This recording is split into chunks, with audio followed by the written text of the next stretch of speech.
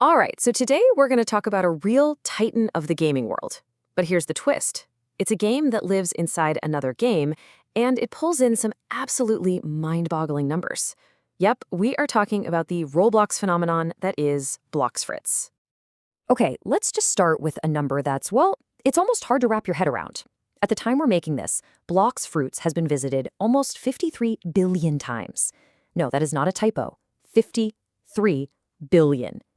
It is, without a doubt, one of the most popular experiences on the entire Roblox platform, period.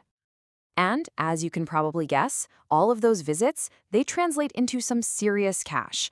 Industry estimates put the game's revenue somewhere between $50 and $100 million every single year.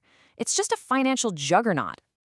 So this brings us to the big puzzle, right? The game is constantly called out for being super repetitive, a tedious grind, and, well, for heavily favoring players who are willing to spend real money. So the question is, how on earth did this game get so massive? Let's get into it. Okay, so the very first key to its success, its secret weapon really, is its inspiration. See, Blox Fruits didn't just come out of nowhere. It very cleverly tapped into one of the biggest, most passionate fan bases on the entire planet. At its heart, Blox Fruits is basically the world of the legendary anime One Piece, but on Roblox. And that, right there, is a massive shortcut to success. Think about it. By using a beloved IP, an intellectual property, it gets this huge, built-in audience of fans who are already obsessed with pirates, adventure, and superpowers. In fact, the game was first called Blox Piece. I mean, you can't get much more on the nose than that. So players instantly get it. They know the deal. You can be a pirate or a marine, you sail around, you find these special fruits that give you insane abilities. It's a fantasy millions of people already know and absolutely love. So, the anime theme gets people in the door.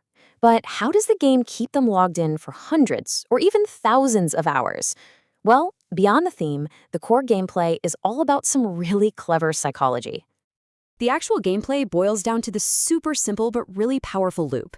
You get a quest, you defeat some enemies, you level up and get stronger, you sail to a new island, and then you do it all over again. Yeah, it's repetitive, but for some reason, it's also incredibly addictive. And that's the magic sauce right there, this constant feeling of growth. Every little thing you do gives you tangible feedback.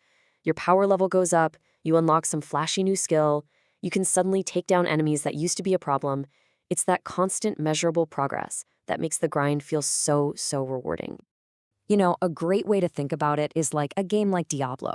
It's all about that power creep, just getting a little bit stronger, and then a lot stronger, over and over again.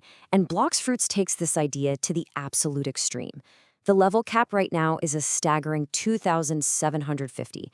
There is always another mountain to climb. But you know, even the most addictive gameplay loop can get a little lonely. So the third, absolutely crucial key to Blox Fruits' dominance is that this grind doesn't happen in a vacuum. It's completely supercharged by a massive global community. This game is just an absolute content machine.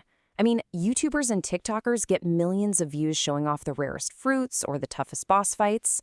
And this creates this amazing feedback loop, right?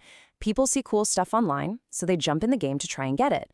And then they team up with friends or trade with other players to speed things up. It's basically free marketing that runs 24/7. And what keeps this whole social engine running hot? A relentless, non-stop stream of updates from the developers. New islands, new powers, higher level caps. Every single major update is like a huge event. It brings old players back, and it gives all those content creators fresh stuff to talk about for weeks and weeks. All right, now we have to talk about the most controversial part of the game. The part that explains both the $100 million paydays and the loudest player complaints. So the game is free to play, but the experience for a free player versus a paying player is, well, it's night and day. If you don't spend money, you are in for a long, slow, tedious grind. But with Robux, the currency you buy with real money, you can get experience boosters, double your cash, get faster boats. You can even just buy the best, most powerful items directly. It's like playing two different games. And this leads to a pretty common feeling, summed up perfectly by this one Reddit user. The game is PTW as hell. PTW, of course, means pay to win. And that's the thing. While skill does matter, spending money gives you a massive, undeniable advantage in that race to the top. So when you put all of these pieces together, the beloved theme, that addictive grind, the social hype, and the, let's say, aggressive monetization, you get a formula that is, quite frankly, unstoppable. Let's just break this juggernaut formula down one more time. First, you hook players with a world they already know and love from one piece. Second, you keep them playing for hours with that simple, rewarding loop that gives them that constant feeling of growth. Third, you amplify all of that with a huge social media engine that tells everyone, hey, this is the game you should be playing. And finally, you monetize the grind by selling shortcuts to power. It is an incredibly powerful combination. And all of this leaves us with a really fascinating question. Blox Fruits proves that you don't need stunning graphics or perfectly balanced gameplay to be a massive success. You just need the right formula. So, is this blend, a beloved world, an addictive grind, and a very controversial price tag, is this the blueprint for the next generation of blockbuster games? It's definitely something to think about.